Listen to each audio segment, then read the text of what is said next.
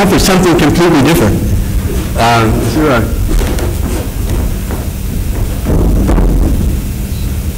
So we've heard a lot about cyber infrastructure and computational needs. This was really put well in perspective by a presentation by the late Jim Gray, in which he came up with this paradigm which talked about how science is changing, and now we're going into data exploration science. And that all science is becoming very data-driven, and access to that information is crucial. In particular, some people consider the most powerful supercomputing done on the planet is done by the search engine companies and those who are doing search. So this is an example of the kind of data structures and data-driven science that we see possible. And I'm sure I always ask this question, who uses Google today? Yeah, see? So there's an example of good data-driven science. I often ask who used Bing, but let's just not talk about that right now. So something that was actually pointed out that was, is there a, how do I do the? Yeah, I was just going to. That's great, thank you. So this was an interesting comment that was in the New York Times. This comment was accusing U.S. universities of not training their graduate students to use large data. That large data is going to become more of a problem, not in the sciences, but in the social sciences. And that students need better training for large data.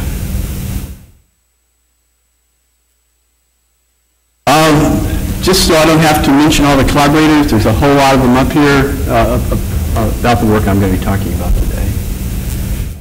There's another way of looking at large data, and I'm going to emphasize this as I go through the presentation. So data access and data creation varies with discipline, small or big science, or small or large science. There's been a lot of emphasis on large science. However, there is the argument being made today that small science will generate more data than big science. And small science is very different. Small science is that lab over in chemistry or biology in which they're creating huge amounts of data. And the reason they do this is because Moore's law has allowed them to create instrumentation which gives them this large amounts of data.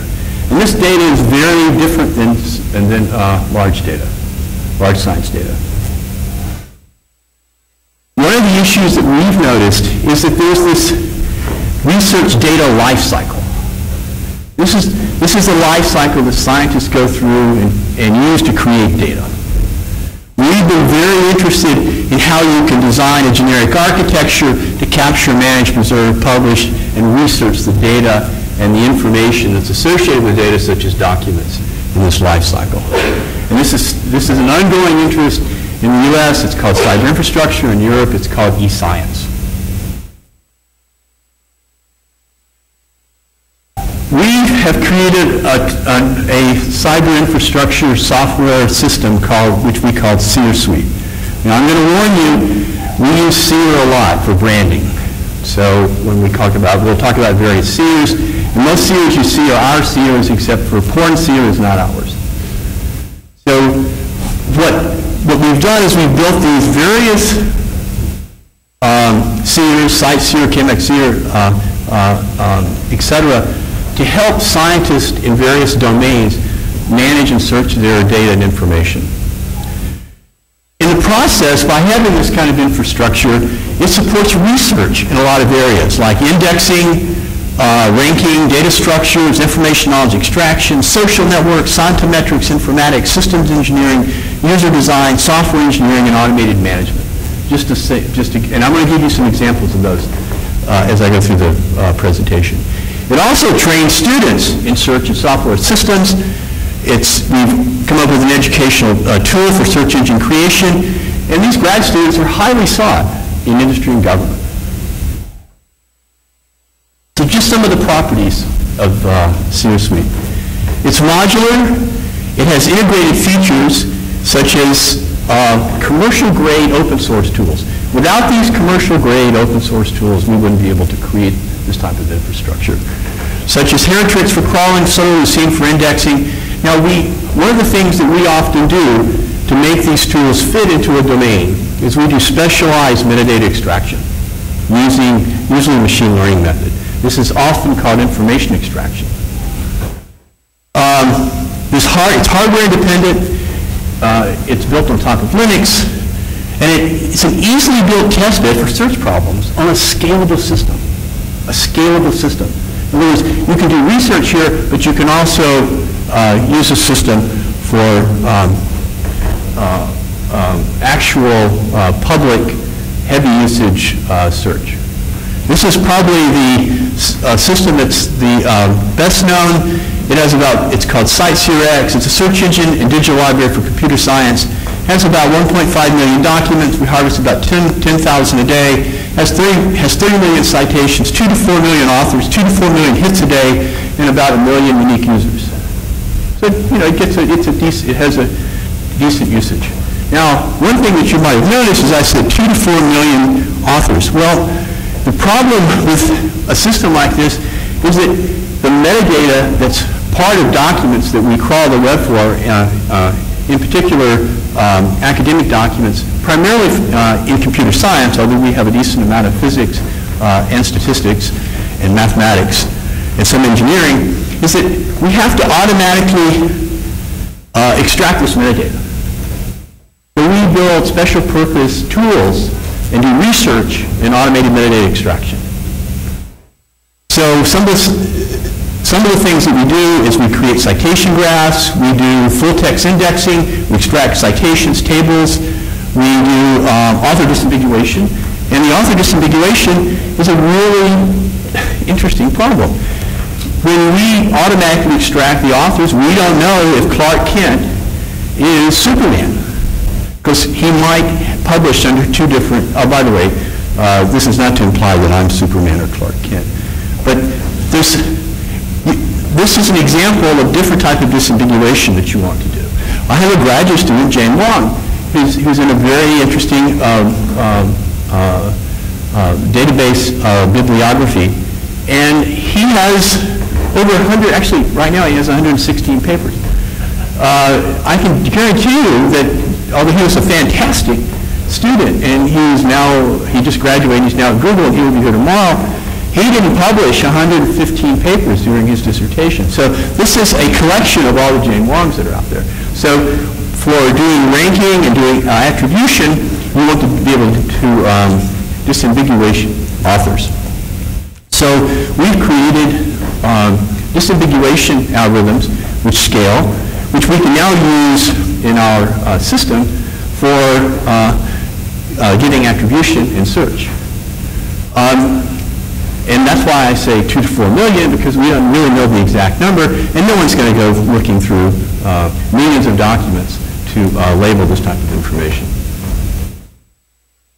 Now, in archaeology, one of the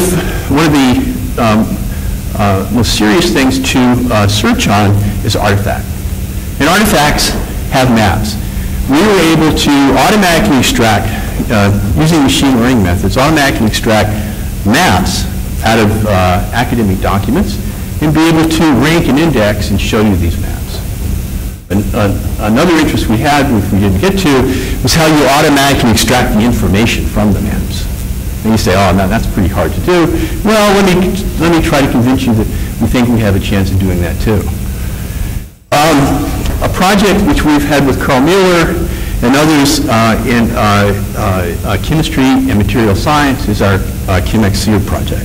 So this is a project in which we want to automatically search chemical documents for chemical formula, tables, authors, citations, and this is the page. It's up right now. You can go look at it. Here you can search for formula tables. You can also search for certain types of data, Gaussian and charm data. Now, there are some challenges in chemical formula search. So this work was funded under nitrogen, iodine, hydrogen grants, and Yellow Springs, oxygen, and hydrogen, and helium is published over. So you can see there's some issues in parsing. You have parsing chemical formula from text. We've been able to do this fairly well by using machine learning methods, state-of-the-art machine learning methods.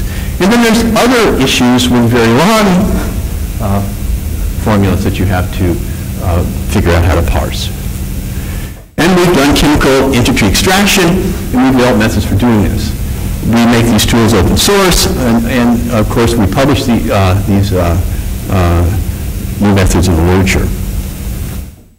You can even do data search, so when you enter data into our system, you can search for that data. This is an interesting project that was motivated by our work with chemists who said they would actually like to find the data in tables and automatically take that data out of the tables and put it into a database so they could use it. Because that data is valuable. You can find it no other place. And they told us the way that they were doing it, was sending the grad students over to the library with a computer so they could type it in by hand. So we developed Table Seer. Again, we like the term seer. And what Table Seer does is it automatically finds tables in PDF files. Not on the web, but in PDF files. By the way, Google has a similar project for finding tables on the web and extracting data out of tables on the web.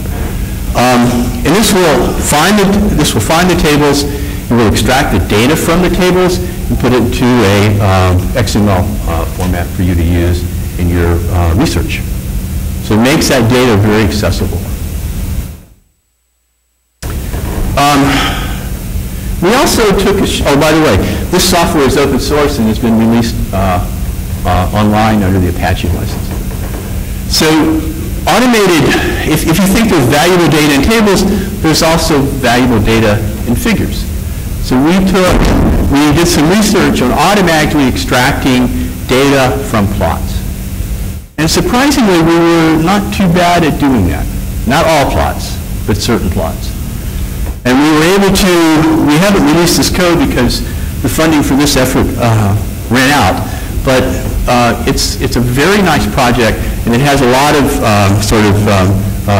computer vision aspects to it. This is a project that's been funded by Microsoft with Penn State, Indiana, Cambridge, Southampton, Cornell, Los Alamos, and Queensland. It's called the ORChem project. And here the idea is to give aggregations of metadata about chemical documents, chemical experiments, chemical authors, chemical citations, chemical affiliations, the chemical formula. So using already an ontology built by chemists, we populate the ontologies automatically. So we go and extract the data from documents and maybe other papers and put these entities into an ontology.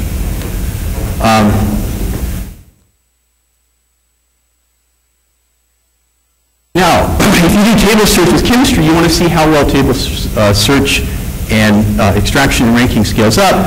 So we put this into our CyberCRX project, which has over 1 million documents, and now we can see how well the algorithms actually scale. So now we're doing research on scaling in search. We've found other opportunities. This is homepage seer. I like this, search smart people. So homepage seer is for finding the homepages of academics. Right now we're focusing primarily on computer scientists because this is where our specialty lies, and we have right now about